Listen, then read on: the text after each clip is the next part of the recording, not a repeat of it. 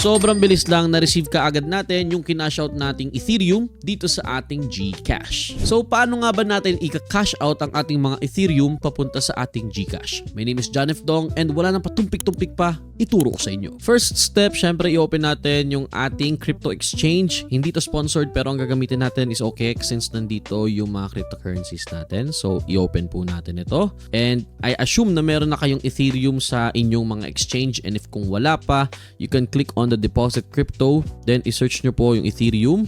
Once you have this, i-select nyo lang yung chain or network kung saan manggagaling yung inyong Ethereum. Let's say sa MetaMask. So I assume by default it's Ethereum. So pipiliin po natin is Ethereum. Tapos dito natin papadala yung ating Ethereum from that MetaMask wallet papunta sa ating OKX exchange or kung ano man yung crypto exchange na ginagamit ninyo. So let's assume na meron na po kayong Ethereum sa inyong mga OKX account. What we wanna do here is pupunta po tayo sa P2P trading. And if by default hindi lumalabas ang P2P trading, pinutin po natin itong sa top left. Tapos makikita nyo po under dito sa ating manage assets, makikita nyo dyan sa ilalim ng buy yung P2P trading. Now once you're here, by default then naka-buy po tapos USDT yung ating cryptocurrency na nakaselect. Since ang title nito is kung paano i-cash out ang inyong mga Ethereum, ang pipiliin po natin is Ethereum. So dito, pinutin natin Ethereum. And then, kailangan naman natin next is set up yung ating Gcash since ang gusto nga natin is to cash out this Ethereum papunta sa ating mga Gcash account. And to do that, punta lang kayo dito sa profile sa may bandang ilalim. And then, scroll down pa ilalim, hanapin nyo po itong payment. Now, I have here two payment methods, but in your case, if this is your first time, pinutin lang po natin itong plus button sa may top right.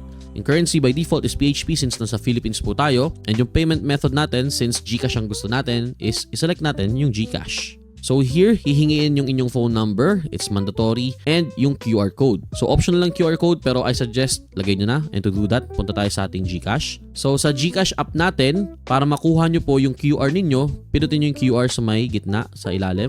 Tapos, generate QR. Ayan. Then, pinutin nyo itong receive money via QR code. So ito yung ating QR, pinutin nyo lang yung download button para ma-save sa inyong gallery. Ayan. Then balik na tayo sa ating OKX. So ilalagay nyo lang po yung phone number, tapos i-attach nyo lang yung QR code. Since meron tayo niyan, hindi ko na ulitin kasi madodoble lang. Getting back, since again, ang gusto natin is i-cash out yung ating Ethereum, maging PHP, madala sa ating Gcash, pipinutin natin itong sell. So maraming pagpipilian, John F. Dong, ano bang dapat kong piliin dito? Well, first na gagawin mo after mong iset yung Ethereum at nasa sell ka na is i-choose natin yung payment method na Gcash. Ayan. Apply. So this filters out lahat ng mga non-Gcash or kung hindi man nag-offer sila ng Gcash, mawala po yan sa mga pagpipilian natin. And by default, kung ano yung pinaka-trusted so far na merchant, yan po ilalabas dyan sa recommendation. So dito fast trade only, makikita natin dito pagka pinindot po natin yung merchant na yan, yung maker info. So for this, ang payment window is 15 minutes, meaning within 15 minutes, masasettle na po yung inyong transaction. Yung maker is yung pangalan ng merchant and yung status kung online ba siya o hindi. And lastly, nasa ilalim naman is yung trading terms. Pero yung pinaka magmamatter talaga dito is yung tinatawag na limit. Kasi let's say for example, meron kang Ethereum pero hindi pasok doon sa minimum na limit na ina-allow dito sa maker na ito, hindi po mapupush through yung inyong transaction. So, paano ba natin mai-import o paano natin mailalagay dito yung ating Ethereum na nasa exchange na natin? So, pipindutin muna natin itong manage funds, yung maliit. Yan, yung may underline. Tapos, makikita nyo po dito, you can select your source of funds. So, I have a total available na 0.10085 ETH and nasa funding account ko po ito. However, in your case, baka nasa trading account yan or baka nasa earn. So, you just have to check kung alin man dito sa mga funds ninyo, yung mga Ethereum ninyo, ang gusto ninyong ibenta at maisama dito sa P2P transaction na gagawin ninyo. In my case, since nasa funding account lang and by default, funding account lang yung gusto ko na maging source of funds whenever nag-P2P ako, yan lang i-check ko and confirm ko. And then once na nakaset na yan, lagay nyo dito yung quantity, kung ilan po yung gusto ninyong ibentang Ethereum. In my case, let's say I want to sell kung ilan yung pinaka-minimum niya, 0.070 532. Gawin natin 0.07075. So, ang marireceive ko po dito is 10,000 pesos. Okay, 10,031.59. And then, meron na tayong button which is yung sell ETH with zero fees. So, once na pindutin ko po ito, mangyayari po is manonotify si merchant, yung maker dito sa transaction na ito. And yung merchant na yun is dapat po isend niya sa atin yung ating GCash within 15 minutes. And then tayo naman is later on, i-release natin itong Ethereum natin. So, pindutin natin itong sell ETH. Ayan, ko-confirm lang. So, ito yung ating GCash number. Ito yung unit price. So, price ng Ethereum yan. Tapos, ito yung total amount na makukuha natin, yung 10,031. Okay, click on sell. Tapos, magpapa-verify lang to. In my case, since naka-passkey na tayo, mas mabilis.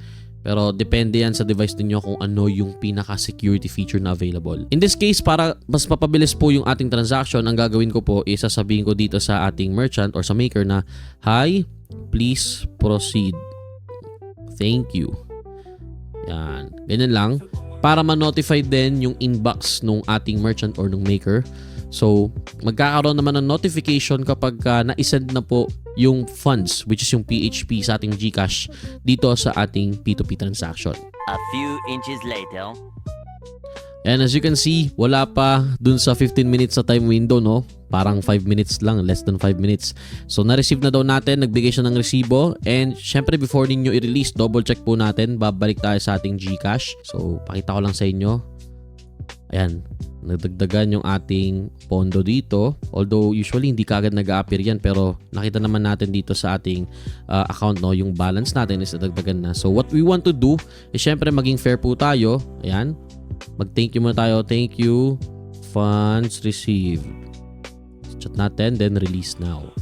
Tapos, ayan, confirm lang natin. Check natin to, then release crypto. Passkey ulit. Ayan. Okay. So, order complete, meaning na-receive na rin niya yung Ethereum, which is galing sa atin originally. Tayo naman is na-receive natin yung PHP or Philippine Peso doon sa ating GCash account. And kung makikita ninyo, 10,033.65. Andyan yung equivalent na Ethereum. Tapos, i-view assets natin just to confirm. And yun, wala na nga dito yung ating Ethereum kanina na binenta because, again, naging PHP na siya doon sa ating GCash. And finally, na-convert and na-cash out na po natin yung Ethereum natin into Philippine Peso sa ating GCash. Na-confirm na rin natin. And hopefully, yung mga beginners na sumubaybay dito sa tutorial natin, successfully na-cash out nyo na rin ang inyong mga Ethereum. Now, para naman sa mga PC or desktop or laptop users, probably hindi nyo ma-access yung OKX platform sa inyong mga desktops or dyan sa inyong mga browsers because again guys, no, kung hindi pa kayo aware, binan na nga po yung domain, which is why talagang mas accessible siya sa mga mobile devices, Android, iOS, and mas okay dun kayo mag-transact. And yun lang, if meron kayong mga questions or requests regarding sa mga crypto transactions, forex transactions, or trading in general, please do let us know down there sa comment section below. And huwag nyo kalimutan na mag-subscribe and hit yung notification bell para updated kayo sa mga videos na kagaya nito na in-upload natin dito sa John Spence YouTube channel. And syempre, marami tayong mga in-upload dito, finance related, pagdating sa trading, crypto, forex. Pero for this, I think makakontribute sa mga kababayan natin, especially nowadays, merong crisis na nangyayari. So, yun, stay safe, God bless sa inyong lahat. Kita-kits tayo sa susunod na videos natin.